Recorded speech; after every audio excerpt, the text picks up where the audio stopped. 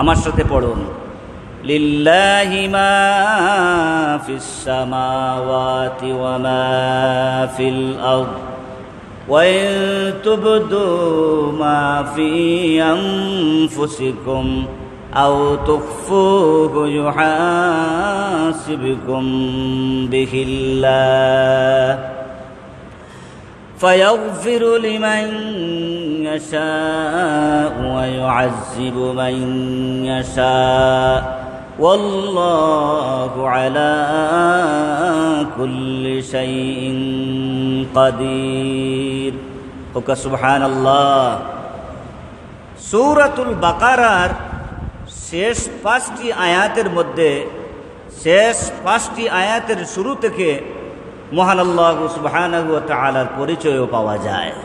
ওকা সুবহানাল্লাহ।